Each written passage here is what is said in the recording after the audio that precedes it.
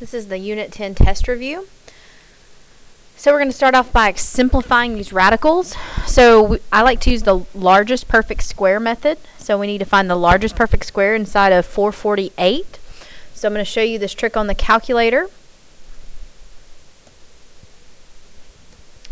And it's where you go to the y equals and you do 448 divided by x, just like we have all year.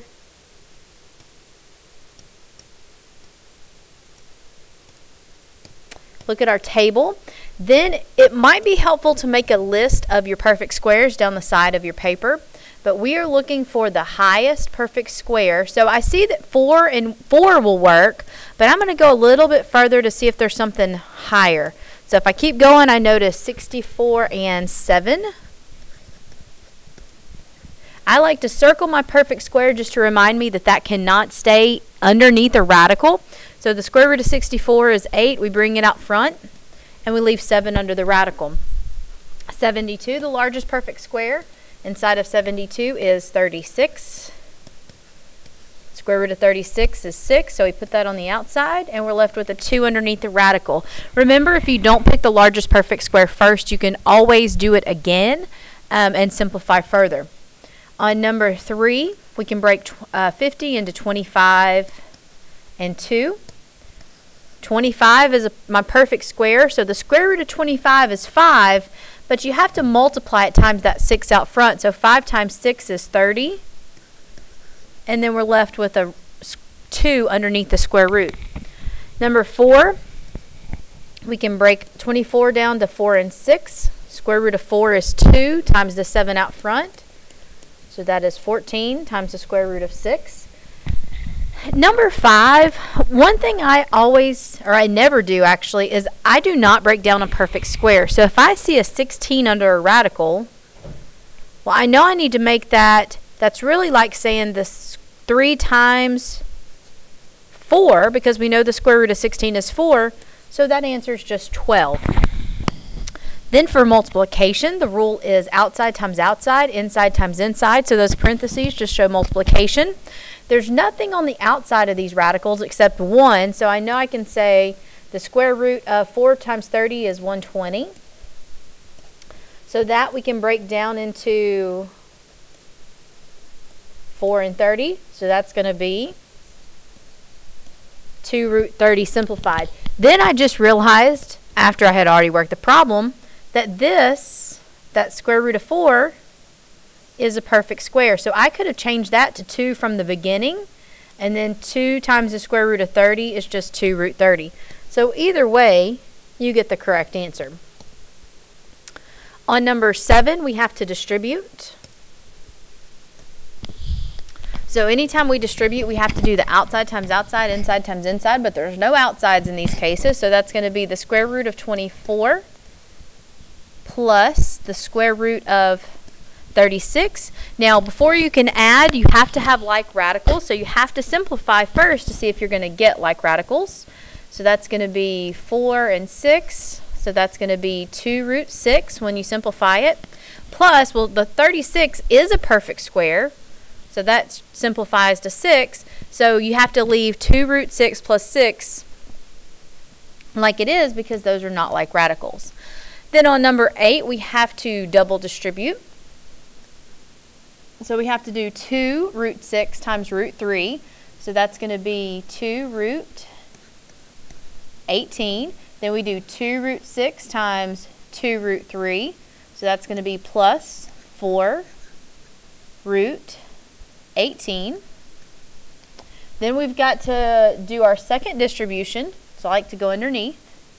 So that's going to be plus 3 root 45. And then finally, 3 root 15 times 2 root 3 is going to be plus 6 root 45. Now, I did notice something as I was working this problem, and if you notice this, you can do this at the beginning if you want to. I noticed that in the second parentheses, I could have combined those like terms. So if you catch that, by all means, please do it that way. So now we can simplify, so that's going to be break down into 9 and 2. So square root of 9 is 3 times the 2 out front. That's going to be 6 root 2. 9 and 2. So that's going to be plus 12 root 2. That's going to be 9 and 5. So square root of 9 is 3 times the 3 out front is plus 9 root 5. And same thing here. So that's going to be plus 18 times the square root of 5. So finally we can simplify like radicals. So we've got a root 2 and a root 2, and then root 5, so we can add or subtract the numbers in front. So we're going to have 18 times the square root of 2 plus 27 times the square root of 5. Now those cannot be simplified because those are not like radicals. So this would be your final answer. Then on number 9, we have to do the same thing. So we have 4x times 4x is 16x squared.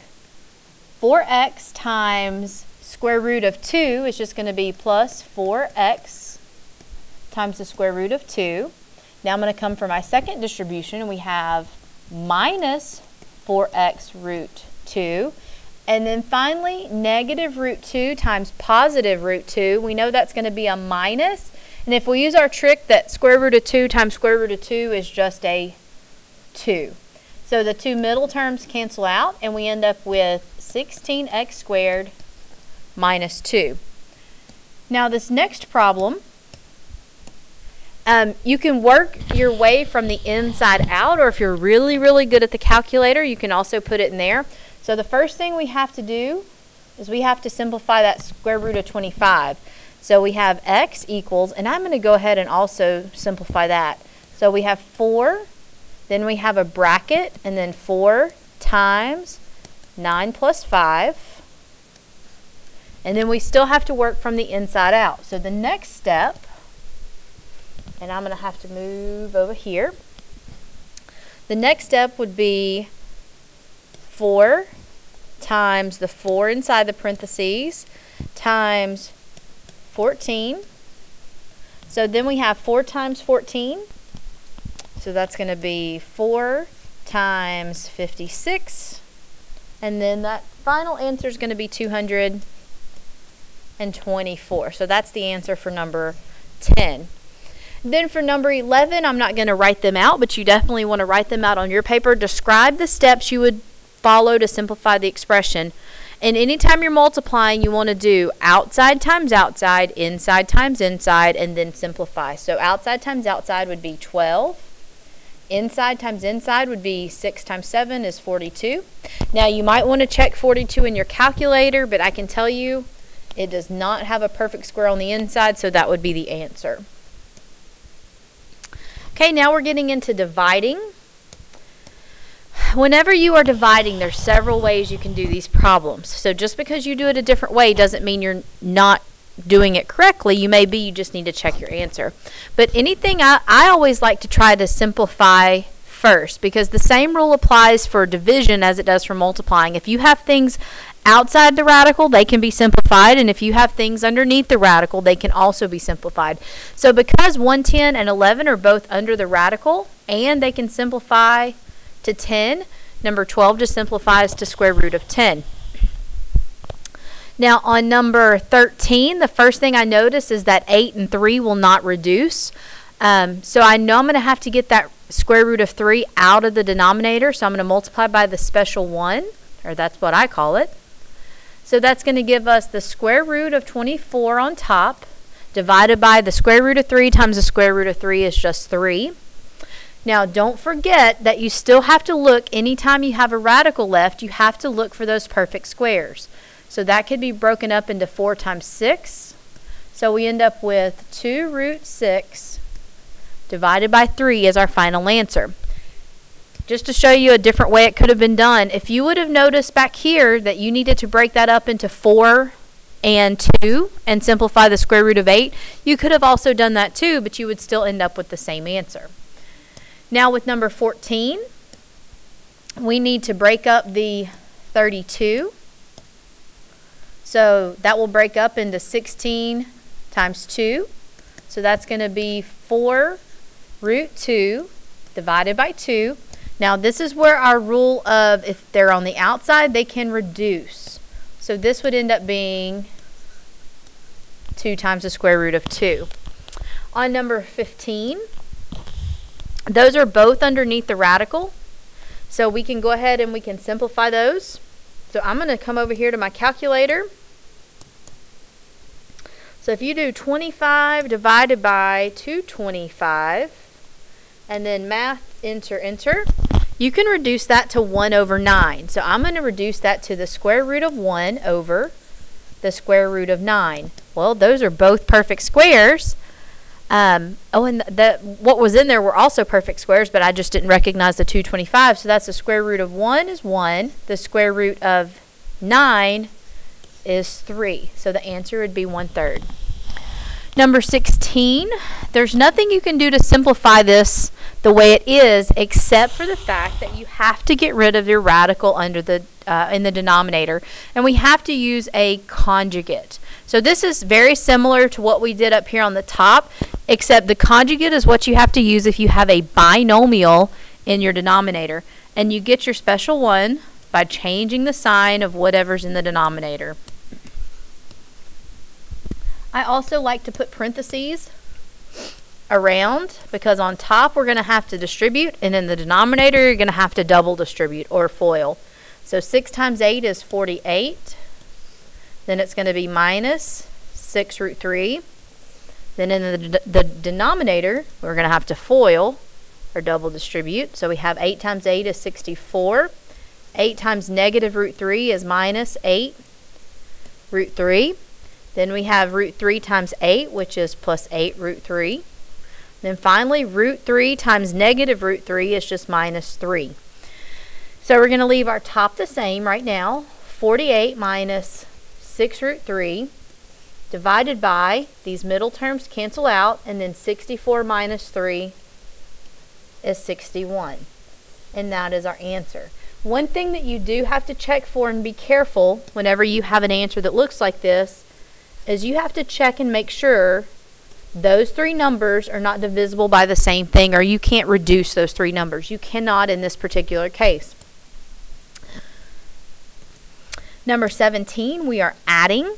They all have the same reduced radical, so we can just add the numbers in front. So 8 minus 2 is 6, minus 2 is 4. So the answer is 4 root 6. Okay, number 18. I don't see anything that we can reduce. I do see this double negative, which I'm going to change to a positive. And I can combine like terms. So we've got 4 root 2 plus 5 root 2 is 9 root 2 minus 5 root 3. And then there's nothing else we can do to simplify, so that's the answer. We do have to reduce some things on number 19. The square root of 81, that's a perfect square, is just 9. 24 can be broken down into 4 and 6. Square root of 4 is 2. There's a negative 2 already out front, so that's going to change to negative 4 times the square root of 6 plus 3 root 6 because that's already simplified. Then we just combine like terms. So that's 9 minus root 6. So we combine the negative 4 plus 3 to get a negative, and I didn't put the 1, but you could have put 1 right there. So 9 minus square root of 6. Number 20, we have to simplify both of those. So that's going to be 2 root 3. 48 simplifies into 16 times 3. Remember, at any time, if you need more time to figure out what these simplify to, pause the video and use your calculator if you needed. So then that simplifies to 4 root 3. So we finally get 6 root 3 as our final answer for number 20. Number 21, the number P copies of a new cookbook sold each week for T weeks after an initial release can be modeled by that equation that is given. So what are the total sales after 9 weeks in simplest radical form? And we also want to know to the nearest hundredth. So T is your week, so we just have to plug in this 9 for the T. So we have P equals 16 times the square root of 3 times 9 plus 46. So the first way we want it is as a simplified radical. So P equals 16 times the square root of 27 plus 46. Hopefully you notice that there is a 9 inside of that 27, so 9 times 3. So P equals, then the square root of 9 is 3 times the 16 out front is 48 root 3 plus 46. This would be the answer to A. Then to get the answer as a decimal, we just grab our calculator and we can put it in our calculator. So that's going to be 48 root 3 plus 46, and we are rounding to the nearest hundredth, so that's going to be 129.14. So approximately 129.14. That's the answer to B. Number 22, an A-frame roof is constructed using metal beams. The architect determined that each of the cross beams must be 2 root 5 meters long. What is the approximate total length of 10 braces? Round to the nearest tenth of a meter. So if there's 10 braces and they're 2 square root of 5, you can either add all those up, or you can say 10 times 2 root 5. So that's going to be 20 root 5. That would be our answer as a simplified radical. But since we need it as a decimal, we're going to have to grab our calculator, do 20 second square root of 5. And if we're going to the 10th, it would be 44.7. Oops, excuse me. 44.7 meters. So for number 23, we want to express that rectangle's perimeter. Anytime I'm dealing with perimeter, I like to fill in all my sides. So I can tell I have like radicals here and here. Then I also have like radicals. So I'm just going to simplify as I go. So the perimeter equals 2 square root of 6 plus 2 square root of 6 is 4 root 6. Plus, if we add up the other two sides, that's going to be 6 root 2. And nothing needs to be simplified. So we are done. That question could have easily asked you to also find the area as well. On number 24, to get to the store from his house, Ralph jogged 10 kilometers due west and then 8 kilometers due north.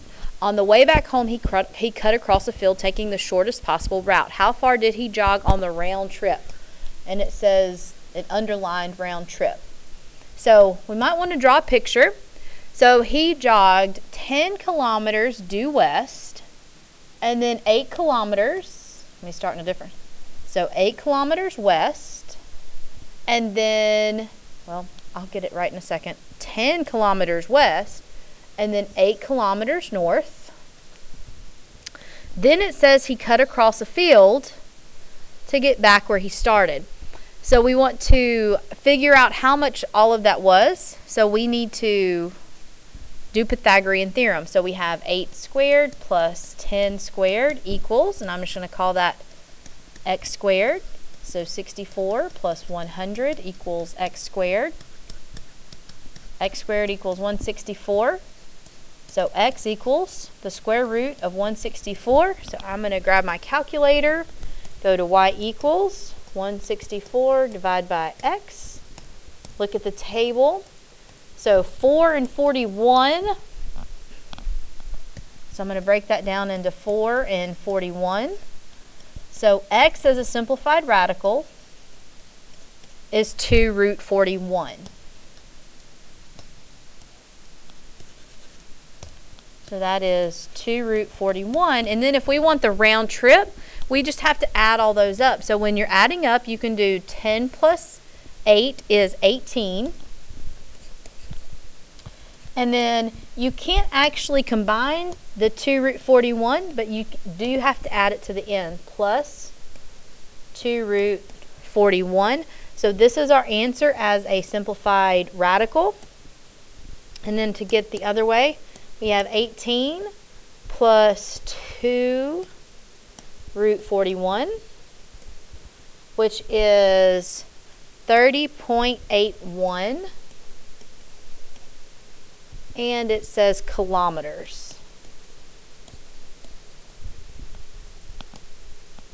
Okay, so number 25, a cable 30 feet long runs from the top of a utility pole to a point on the ground 22 feet from the base of the pole. How tall is the utility pole? One thing I like to do for these type problems when I can is I like to be consistent in the triangle that I draw. So I can tell this is a Pythagorean theorem problem. So I'm going to draw a right triangle, and I know that this side over here is the pole, and I know that this is going to be the cable that runs from the top of the pole to the ground. So now I'm going to reread and label. So it says a 30-foot long, a cable 30 foot long, so that's the cable, runs from the top of a utility pole to a point on the ground 22 feet from the base of the pole. So I know that that piece is 22, and I'm looking for the height of the pole. So I make that my x. So we have x squared plus 22 squared equals 30 squared. If we grab our calculator, so that's going to be x squared plus 22 squared is 484 equals 900. X squared equals 900 minus 484. So 416. So x equals, after you take the square root of both sides, the square root of 416. And since we need a simplified radical, I'm going to go back over to my calculator. 416 divided by x. Look at my table. So I see 4 and 104. That might be it. I'm going to check a little bit higher. Oh, I'm glad I did, because 16 and 26. 16 is higher, so got to use 16 and 26. So that's going to be 4 root 26. And then to get your approximate answer as a decimal, you're just going to do 4 root 26 and get 20.40 as your simplified answer. Also keep in mind that when you need a decimal, you don't have to put your simplified form. You should get the same thing either way.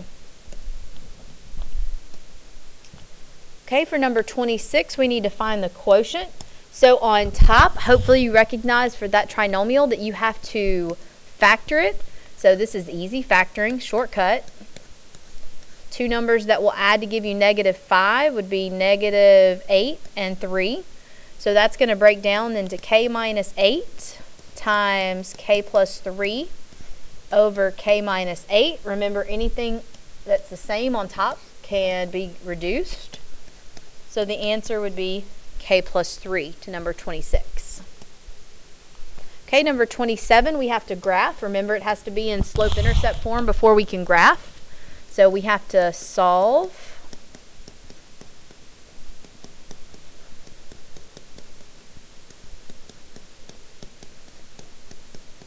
So we have y equals 3/4 x minus 3. So we start at -3 on the y-axis, and we count up 3, right? 4. And that would be our line. Number 28, similar, except we have an inequality. So remember, when you divide through by a negative, you have to flip the sign. So we're actually graphing y is greater than or equal to -4/3 x plus 4. So we start at +4 on the y-axis. We count down 4, right 3. It is a solid line because it has or equal to. And then we shade above, which is up here. Okay, now we have some exponent rules. So remember, you multiply your coefficients because they're just normal numbers. 2 times 5 is -10. Then we add our exponents. So if we look at the x, we have a 3 plus a 4 is x to the 7th. And then y to the 6th power if we add 4 plus 2. On 30, we have power to a power. And when it looks like this, you have to multiply those. So that's going to be x to the 15th. If you're on the test and you're not sure, you know what a power does. You know it multiplies it times itself. So if you get really desperate, you can do x cubed times x cubed times x cubed times x cubed times x cubed. And you can add up your exponents because that's still going to give you x to the 15. Just another strategy in case you forget that power to a power rule. Number 31, we have to factor. This is a shortcut factoring. So we have -6, and we need two numbers that will add to give us a -1. So that's going to be -3 and 2. Remember, when it's shortcut, you can jump straight to your factors. Okay, if a was not equal 1, which it looks like it might be in this next one, we cannot jump straight to our factors. But the first thing I notice in 32 is that there is a GCF. So we have to divide everything by 2. So we have 5n squared plus 2n minus 3. So we have to multiply a times c. So 5 times -3, which is -15. And we need two numbers that will add to give us a positive 2n. So that's going to be a positive 5 and a -3. I'm going to go ahead and put my variables on them because we have to write this out with 4 terms. Now I am going to go ahead and drop down my GCF so I don't have to worry about it. So we have 5n squared plus 5n minus 3n minus 3. Once you have your 4 terms, the whole purpose of that is so that you can group those first two and last two. So we can take out a 5n. And we are left with n plus 1. And then for the second grouping, we can take out a -3. And we are left with n plus 1. So our final factored form, I'm going to move down here with my GCF, is n plus 1. And then 5n minus 3. Remember, we get our second factor from those GCFs after we take out our GCF from our 4 terms. Number 33. The first thing I notice when I look at 33 is that it's a difference of squares, but you have to be careful because there's actually a GCF that you can take out. You can take out a 4. So if we divide each of those by 4, we are left with 25y squared minus 4. And you still have a difference of squares. So I'm going to bring down my GCF. Since I know it's a difference of squares, I'm going to put my 2 sets of parentheses. Now I'm going to fill those in. So the square root of 25y squared is just 5y. So I'm going to put that first. The square root of 4 is 2. So I'm going to put that second in each parentheses, and a plus in one parentheses, and a minus in another. So that's how you factor number 33. And then finally, solutions. There's a couple of different ways that you can do these. The easiest way to do them is actually to put them in your calculator. So you'd have to set them equal to 0. So minus 845. So we have 4x squared minus 845 equals 0. So I'm going to grab my calculator, go to y equals, do 4x squared minus 845. Now I can tell by these big numbers that it's probably going to look different. Notice it's done, but I don't see anything. So I'm actually just going to try to zoom out. So I'm going to hit zoom 3. Then I'm going to press enter and see if I can see anything. That's a little bit helpful. At least I can see those zeros. So I'm not going to zoom out anymore. I'm actually going to change my window, and I'm going to change my Y so I can see more of that vertical axis. So I'm going to try negative. I'm going to go all the way to 1,000 just because I have 845 in my problem. Positive 1,000, and it might be way too much, but that's a pretty good picture. So then we would hit second trace, number 2 for 0. Then I have to go to my 0 as close as I can so we can set some boundaries. Okay, so I've got that cursor as close as I can. Make sure if you're setting your left boundary that you're hitting your left arrow key. So I'm going to press enter right there because I'm to the left. Then I'm going to go just past that 0. That's far enough. Enter, enter. So we get negative 14.53. So x equals negative 14.53. Now it is touching twice, so we have to do the other one. So I'm going to pause the video and move to the other side. After I hit second trace, number 2 for 0. Got to move all the way around. Okay, so I've got my cursor around, so make sure if you're setting your left boundary, you're hitting your left arrow key. So I'm to the left, that's far enough. Then I'll go just a little bit past it because that will be to the right. Enter, enter. And in this particular case, it happens to be positive 14.53. So then for number 35, I'm going to show you a different method that you can use. So if you get x squared by itself by multiplying by 3, so we end up with x squared equals, and we have to do 48 times 3. So that's 144. Remember, if you take the square root to solve, you have to take into account the positive and the negative. So we would have x equals positive or negative 12. If you put that in your calculator, if you set this equal to 0 and put it in your calculator, and you zoom out a little bit, if you're on zoom 6, you'll see that it's going to be at positive and negative 12. And then lastly, I'm going to solve this one. I'm going to see if it's factorable, because it would be shortcut factoring, so it would be easy. So negative 18, two factors that would give us a negative 7 would be 9 and 2.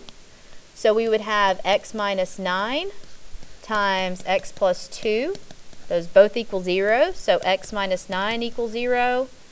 X plus 2 equals 0. So x equals 9. And x would equal negative 2. So I've shown you 3 different ways to solve. But like I said in the beginning, you could put all of these in your calculator. So I'm going to show you on number 36. I'm going to go to my y equals. So x squared minus 7x minus 18. And I'm going to have to hit zoom 6 because I'm at a weird window right now. But you can see, here's an answer at negative 2, a solution at negative 2, and a solution at positive 9. So there's multiple ways to solve these.